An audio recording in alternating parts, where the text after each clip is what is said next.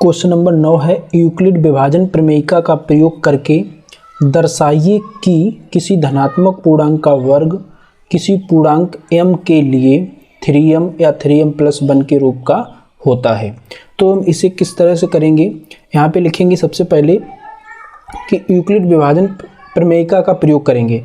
तो यहाँ पे कोई माना कि कोई धनात्मक पूर्णांक a है, तो यूक्लिड विभाजन प्रमेयिका से यूक्लिड विभाजन प्रमेयिका क्या होती है, अगर मेरा कोई धनात्मक पूर्णांक a है और हम किसी संख्या मतलब भाजक से अगर भाग देंगे तो ये मेरा जो भागफल मिलेगा q और शेषफल आएगा r।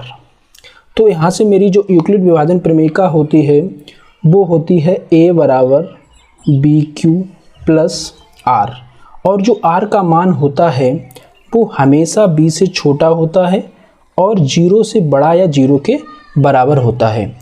ये होती है यूक्लिड विभाजन प्रमेयिका।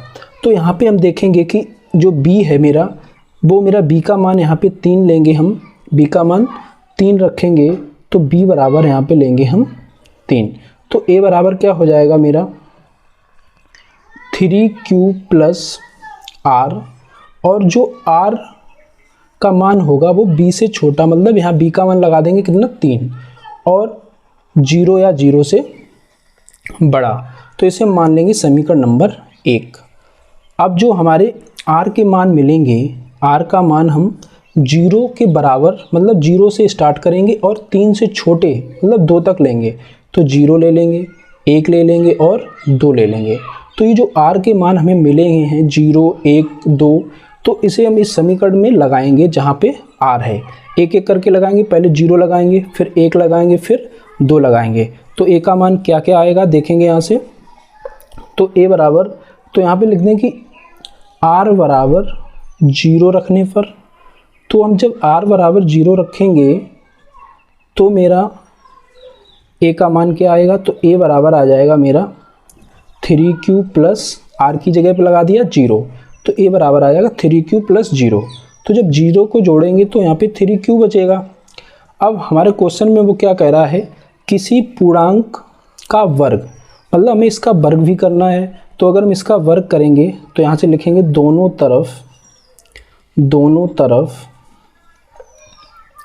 वर्ग करने पर, तो अगर हम इसका वर्ग करेंगे तो यहाँ से हो जाएगा a² और इधर वर्ग करेंगे जो 3q का स्क्वायर।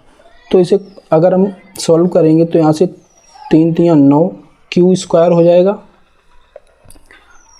तो इसे हम अगर सही से लिखेंगे तो इसे हम इस तरह से लिख सकते हैं 3 के गुणा में। तो यहाँ पे 3m का मतलब है कि 3 के मल्टीप्लाई में ही हमें चीज़ें लिखनी हैं, मतलब इसी रूप में लिखना। तो यहाँ से 3 हम कॉमन ले लेंगे, जो बचेगा तो 3 3 9 q², और जो भी बचेगा उसे हम m मान लेंगे। जो यहाँ पे दे रखा है उसे कॉमन लेंगे और बाद बाकी जो बचेगा वो m का मान हो जाएगा। तो यहाँ से मेरा हो जाएगा 3m, और m का मान जो लिखा है वो यहाँ पे लिख देंगे जहाँ m बराबर 3q²। अगला लिखेंगे r बराबर 0 ले लिया, अब लेंगे r बराबर 1 रखने पर, फिर लिखेंगे r बराबर 2 रखने पर, यहाँ पे r 2 तक है नहीं तो हम यहाँ पे r बराबर 1 ही तक लेंगे। तो यहाँ पे लिखेंगे आगे r बराबर 1 समीकरण 1 में रखने पर। तो r बराबर अगर 1 हम लगाएंगे समीकरण 1 में तो मेरा a का मान क्या हो जाएगा, तो मेरा a का मान हो जाएगा 3q प्लस r की जगह पे 1 लगा देंगे, तो यहाँ से a का मान आ जाएगा 3q प्लस 1। अब हमें इसका भी वर्ग करना है, तो यहाँ से लिखेंगे नीचे दोनों तरफ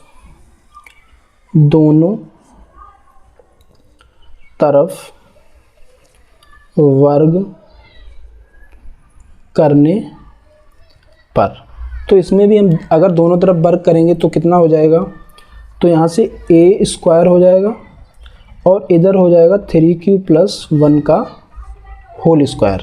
तो इसका खोल देंगे a प्लस b का होल स्क्वायर, तो यहाँ से a प्लस b का होल स्क्वायर क्या होता है a² plus b² plus 2ab। तो इसे हम यहाँ से खोल देंगे 3q का square plus 1 square plus 2 into A का मान 3q और बी का मान 1। तो यहाँ से कितना आ जाएगा, 3 इसका स्क्वायर खोलेंगे तो 3 3 जा 9q स्क्वायर, यहाँ पे 1 और यहाँ पे 3 2 जा 6, मतलब कि 6 क्यूब। अब यहाँ से हम इसे उसी रूप में लिखने की कोशिश करेंगे जो कि कॉमन मिल जाए। हमें 3 कॉमन चाहिए तो इसे ले लेंगे और इसे पास पास में, तो यहाँ से 9q स्क्वायर प्लस 6q और प्लस 1। तो इसमें से हम 3 कॉमन लेंगे तो देखो उसी रूप में आ जाएगा। 3 कॉमन लेंगे तो 3 3 9q स्क्वायर प्लस 3 दूनी 6q और प्लस 1। तो जो 3 कॉमन लिया उसके बाद जो बचेगा उसे हम m मान लेंगे। तो यहाँ से क्या लिख देंगे, 3m और प्लस 1। तो हमने m जिसे माना है, m माना है 3q स्क्वायर प्लस 2q को, तो यहाँ पे लिख देंगे जहाँ